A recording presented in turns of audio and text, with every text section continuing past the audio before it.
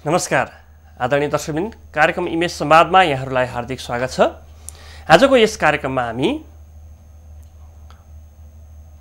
2558 बुद्ध जयन्तीका सन्दर्भ जोड्नेछौँ र यसका विषयमा कुरा गर्दै गर्दाखेरि नेपाल र बुद्ध धर्म, बुद्ध सभ्यता र नेपालले एउटा बौद्ध मार्गीहरूका लागि केन्द्रका रूपमा खास गरिकन लुम्बिनीलाई कसरी विकास गर्न सकिन्छ,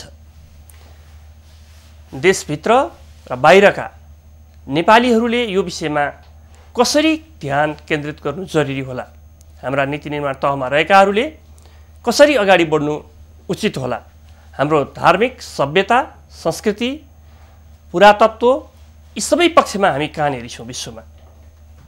आजको कार्यक्रममा हामी यसमा केन्द्रित गर्नेछौँ र हामीसँग हुनुहुन्छ संस्कृतिविद डाक्टर रमेश ढुङ्गे। डाक्टर, कार्यक्रम स्वागत छ। धन्यवाद।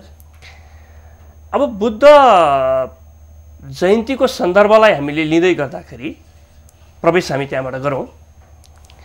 नेपाल जुन अवस्थामा यति बेला छ, बुद्धले दिएको शान्ति सन्देशलाई पृष्ठभूमिमा राख्ने हो भने हामी साँच्चीकै त्यो बाटोमा अगाडि बढिरहेका छौँ या पटक पटक विभिन्न बहानामा देशभित्र हुने शान्ति विरोधी क्रियाकलापले हामीलाई आक्रान्त बनाउँदै लगेको छ? हामीलाई अब हुन त अब यो शान्ति सम्झौताका वार्ता भइरहेको, सेटलमेन्ट भइरहेको बेला हामी चाहिँ केही पनि गरिरहेका छैनौँ। बुद्धको सन्देशभन्दा कम्प्लिटली विरोधमा गइरहेछौँ भन्दाखेरि कस्तो कस्तो मान्छेलाई चाहिँ नि असहज परिस्थिति जस्तो लाग्छ सुन्नमा होला।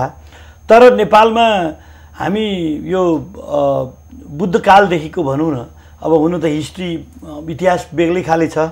बुद्धकालमा नेपालमा चाहिँ नि नेपालको कत्रो एरिया थियो, के थियो, यी जम्मै कुरा अलिकति रिसर्चकै विषय हुन्। तर हामी त्यो सन्देश जुन शान्तिको सन्देश छ, सामाजिक मिलनको, यो चाहिँ नि आपसी सद्भावको र चाहिँ नि मानवीय मात्र नभएर सेन्टिएन्ट बिङ भन्छन् बुद्धको त सारा चाहिँ नि जीवित यी प्राणीहरूको चाहिँ कल्याणको त्यो दृष्टिकोणबाट हेर्दा हामी डेभिएट भएका छौँ अलिअलि। हाम्रा पुर्खाहरू त्यति थिएनन् जति हामी अहिले डेभिएट भएका छौँ, त्यस रूपमा हेर्नुपर्छ। र अहिलेको स्थिति त्यति हाम्रो चाहिँ के भने जुन अपेक्षा गर्न सकिन्थ्यो नेपालको यो भूमिबाट त्यस क्षेत्रमा अझ अगाडि बढाउँदै लग्ने क्रममा, त्यसमा हामी अलिकति पछाडि नै छौँ। त्यो चाहिँ नि हाम्रो वास्तविकता हामीले भन्नै पर्छ, ढाँट्न मिल्दैन। हुन त एउटा जबरजस्त विचार बहस यो क्षेत्रमा छ कि साँच्चीकै बुद्धको जन्म नेपालमा भएको थियो या थिएन, के त्यति बेला नेपालको भूखण्डभित्र त्यो पर्थ्यो या अहिले पछिल्लो तपाईँले भन्ने गर्नुभएको छ युरोसेन्ट्रिक जुन चाहिँ सीमाबद्ध अहिलेको चाहिँ राजनीतिक प्रणाली छ होइन, भूगोलको सिद्धान्त छ, त्यो हिसाबमा अहिले नेपालभित्र लुम्बिनी परे पनि तात्कालीन गणराज्यहरूको सन्दर्भमा हेर्ने हो भने त्यसलाई हामीले कसरी लिने भन्ने पनि एउटा जबरजस्त बहस छ। यसमा के भन्नुहुन्छ तपाईँ? यो अत्यन्त चासोको गहन चासोको विषय, पपुलर चासो त नहुन सक्छ यसमा, तर गहन चासोको विषय तपाईँले उठाउनु भयो, यो महत्त्वपूर्ण कुरा हो।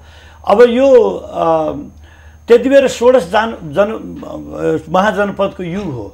अब यो हाम्रो देशभन्दा दक्षिणमा र भारतको उत्तर भारतको क्षेत्रमा फैलिएका, अब यो 16 महाजनपद मध्ये शाक्य रिपब्लिक अथवा रिपब्लिक भनेको अहिलेको रिपब्लिक चाहिँ होइन, फेरि त्यो राजा हुने शासक वर्गको बिचको रोटेसनमा हुन्थ्यो, त्यो अर्कै खाले रिपब्लिक। अहिले राजा नभएकोलाई हामी रिपब्लिक भन्छौँ, तर त्यति बेला रिपब्लिक राजा सहितको रिपब्लिक हो त्यो। किनभने तपाईँहरू म नै त्यो चाहिँ रिपब्लिकको के अरे शासक हुने त होइन, किनभने त्यो चाहिँ शासकीय वर्गको बिचको रोटेसन हुन्थ्यो, त्यो उनीहरूको एउटा युनिक पद्धति हो त्यो।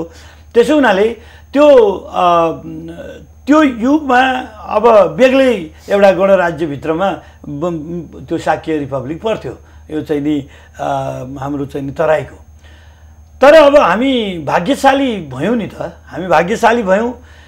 इतिहासले चाहिँ नि त्यस्तै किसिमले हामीलाई डोर्याउँदै लयो र हामी हामी चाहिँ नि अब हामी यदि स्पिरिट त्यो चाहिँ नि सुपर नेचुरल चिजलाई विश्वास गर्छौँ भने हामीले चाहिँ नि त्यस हाम्रा भगवान् बुद्ध भनौँ या अरू कुनैलाई पनि हाम्रो चाहिँ नि हिन्दू भनौँ अथवा चाहिँ मस्टो मान्नेहरू भनौँ विभिन्न छौँ नि त हामी त बडो गौरवशाली छौँ। त्यो जसले जे मान्छ ती भगवान्हरू ती शक्तिलाई चाहिँ हामीले धन्यवाद दिनुपर्छ, किनभने बुद्ध जस्तो महान व्यक्ति जन्मेको भूमि हामीले पाएका छौँ हाम्रो टेरिटोरीभित्र। इतिहासको त्यस्तै मोड आयो। अब त्यो पाउनमा कसरी भयो त भन्ने चाहिँ इम्पोर्टेन्ट कुरा हो यसमा, किनभने त्यसमा चाहिँ हाम्रा चाहिँ नि पूर्वजहरूको देन रहेको छ। हामीले स्वाभाविक रूपमा त्यसलाई प्राप्त गर्यौँ या त्यो प्राप्त गर्नका लागि हाम्रा पूर्वजहरूले थुप्रै योगदान दिए भन्ने प्रश्न महत्त्वपूर्ण। एकदम कतिपय कुरा चाहिँ हामी भाग्यशाली पायौँ, तर त्यसमा हाम्रो पूर्वजहरूको देन नभएको भए त त्यो पाउँदैनौँ। किनभने हेर्नुहोस् म भनिदिन्छु र म लेखिरहेको पनि छु मैले, यहाँ चाहिँ नि हाम्रो पूर्वजहरूको देन कति छ भने अब बुद्ध धर्म बचाउनको लागि होल कन्टिनेन्टमा यो होल साउथ एसिया मात्रै नभएर अब चाहिँ नि मध्य एसियादेखि लिएर चाहिँ नि उत्तर वहाँ चाहिँ नि हिमालय कैलाश मानसरोवरदेखि बोधगयासम्म चाहिँ नि यी खसहरूको चाहिँ पहिलेको देन त इतिहासमा राम्रोसँग निर्क्योल गरिएन नि। त्यो त कन्ट्रिब्युसन हामीले त स्याल्युट गर्नु पऱ्यो नि तिनलाई। अब उहाँ चाहिँ नि सिजाको कन्दराका बिचमा पहाडको टाकुरामा चाहिँ नि राजधानी बनाएर बोधगयामा चाहिँ नि के अरे बुद्ध धर्म नाश भयो भनेर चाहिँ नि बोराका बोरा सुनका थैला दिइकन त्यो पहिलेको चाहिँ नि मौर्य सम्राटले दिएका भूमिहरू फेरि किनेर, किनभने मुसलमान शासकहरूले चाहिँ त्यो लिइसकेका थिए, त त्यो शक्तिले लिएकोलाई चाहिँ फेरि फिर्ता लिएर किनेर फेरि बोधगयालाई दोर्जे देन भन्छन् उनीहरू, यो तिबेटियनहरूको शब्दमा त्यसलाई फेरि फिर्ता दिएको इतिहास छ। त्यहाँ चाहिँ नि खस राजा अशोक चल्लसँग सम्बन्धित दुईटा अभिलेख अहिले पनि ठाडै हाम्रा लागि बसिरहेका छन्। भगवान्लाई चाहिँ नि चन्द्रसिंहलाई पनि अवलोकेतेश्वरलाई पनि शिव चाहिँ नि महादेव पशुपतिलाई पनि धन्यवाद दिए हुन्छ।